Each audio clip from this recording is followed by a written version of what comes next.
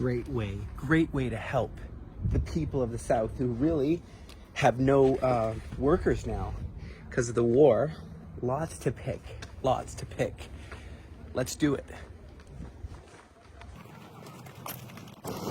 Friends, here in Kibbutz Be'eri, people are picking fruit. You know that for soldiers who have PTSD, they need something that's calming, relaxing, like just picking some fruit. There's avocados here.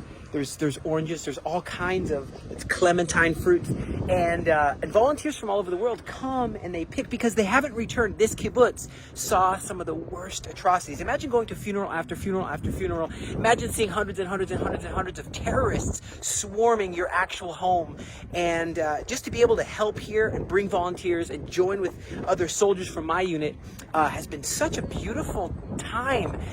They took us here. We're still in the war, but they just said, come today. We're going to just go walk through the fields, and that's what I want to invite you to do, is to understand. My buddy Moti, everybody was moved out to hotels after the atrocities, the massacres. So what they did is they brought them to En Gedi, they brought them to the Dead Sea, some to Eilat, and of course other kibbutzes came to the Galilee, to the Aliyah Return Center.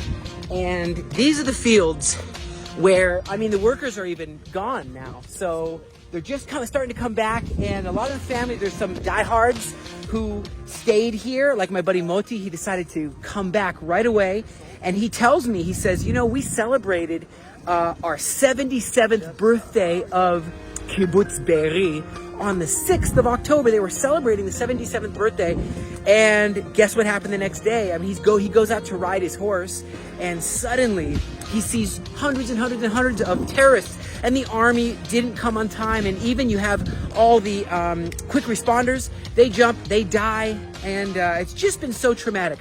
But here in the nature, we can dream again of the future, and that's what I invite everybody to do. There's a lot to do to fix up the houses, to get them relivable. There's a lot to pick. Even he came back and he said, I can't leave. He left for a brief second, came back and said, who's going to feed the cows? Who's going to take care? He said, everything's blown up and the cars are burning. Who's going to save the kibbutz? And so my buddy Moti is bringing volunteers here.